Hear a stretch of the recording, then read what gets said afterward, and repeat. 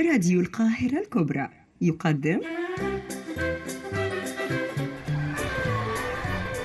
اتعلمت. القناعة والذكاء. بسمع كلام بابا اتعلمت. بسمع كلام ماما وتيتا وجدو. بحب صحابي. اسكتوا بقى عشان نسمع. حكايات كوم. إعداد وتقديم شاهيناز مصطفى.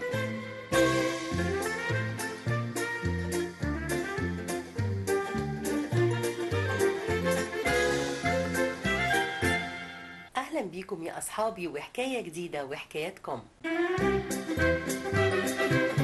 يلا بينا نسمع سوا حكاية جديدة ومختلفة مع دكتورة حنان عبد الرازق.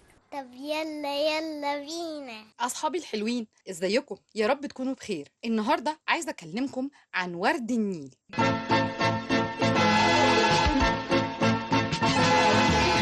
ورد النيل ده نوع من أنواع النباتات. هو نبات موسمي، يعني له موسم محدد بيظهر وينمو فيه، وهو نبات طافي، يعني بيطفو على سطح المية، وبيكون طافي في المياه العذبة، يعني المية اللي مش مالحة. عشان كده هو بيكون موجود طافي على مية النيل، مش بيكون موجود في البحيرات والبحار. مكانه الأصلي في المناطق الاستوائية في أمريكا الجنوبية، لكنه جه مصر في عهد محمد علي عن طريق حد من الباحثين الزراعيين الإنجليز، واللي كان له أصول ألمانية، جابه من بحيرة فيكتوريا في وسط قارة أفريقيا. ومن ساعتها ورد النيل بينمو وبيطفو على سطح نهر النيل.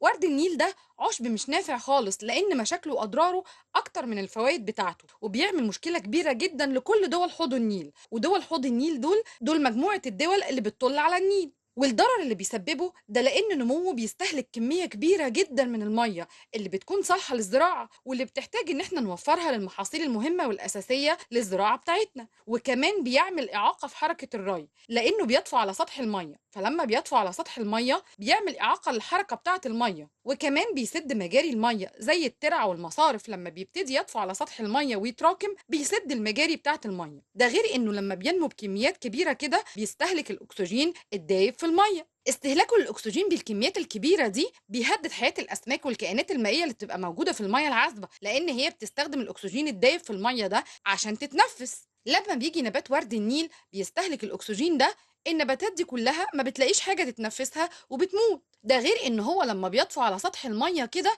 بيحجب أشعة الشمس عن النيل، وبالتالي النباتات والكائنات اللي بتبقى موجودة في المية العذبة دي ما بتقدرش تستفيد من أشعة الشمس.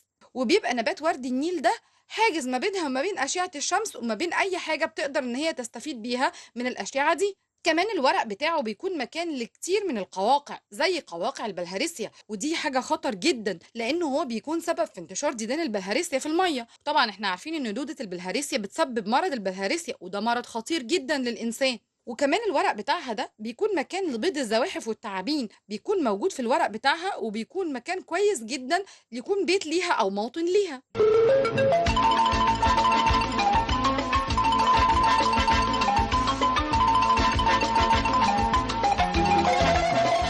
ورغم محاولة الاستفادة من نباتات ورد النيل ده في مصر في إن هم يدخلوه في صناعة الأخشاب مثلا أو صناعة الأعلاف، وكلمة الأعلاف دي يعني طعام الحيوانات، لكن بيفضل ضرر النبات بتاع ورد النيل ده أكبر بكتير جدا من الفوائد بتاعته، وبيسبب كمان ضرر اقتصادي كبير جدا بكل المشاكل اللي حكينا عنها دي واللي بيسببها. ورد النيل بيسبب سدد في المجاري المائية، وده ممكن يعمل مخاطر كبيرة جدا للعاملين في أي نشاط في المجاري المائية، سواء الصيادين أو الناس اللي بيستخدموا المراكب في نقل الحاجات عن طريق المجاري المائية. لما بيحصل سدد بالشكل ده بتبقى حياتهم وشغلهم مهدد بمخاطر كبيرة جدا. ده غير إن زي ما قلنا إنه بيستهلك كمية كبيرة من المية، والدراسات أثبتت إنه بيستهلك حوالي 4 لتر من المية يوميا، ودي كمية كبيرة جدا لو توفرت للزراعة هتفرق كتير جدا مع المحاصيل الأساسية والمهمة لمصر ولكل دول حوض النيل اللي بتطل على النيل وبتستفيد منه.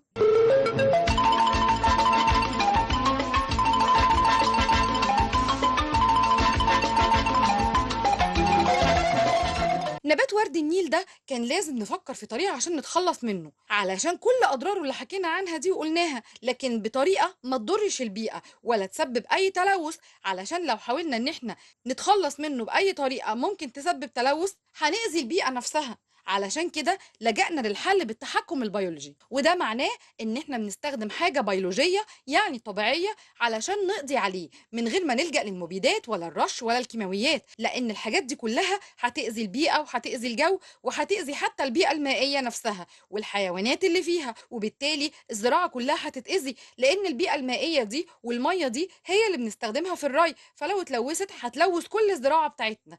علشان كده استخدمنا الحل البيولوجي يعني الحل الطبيعي، فاستخدمنا حشرة السوس جاية من أمريكا الجنوبية وجبناها لأنها بتتغذى على ورد النيل، واستخدمناها للقضاء على نبات ورد النيل ده، وبالفعل مصر نجحت في الحكاية دي وما بقاش نبات ورد النيل بيهدد البيئة في مصر ولا الزراعة ولا بيشكل المشاكل الكبيرة الاقتصادية أو المائية اللي اتكلمنا عنها، ومصر اتخلصت منه تمام.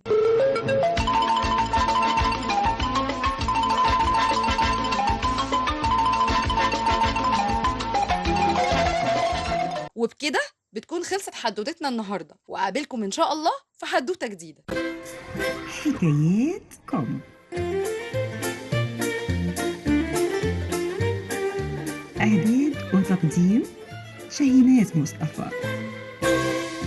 ولكم تحيات أزهار محمد، هندسة إذاعية.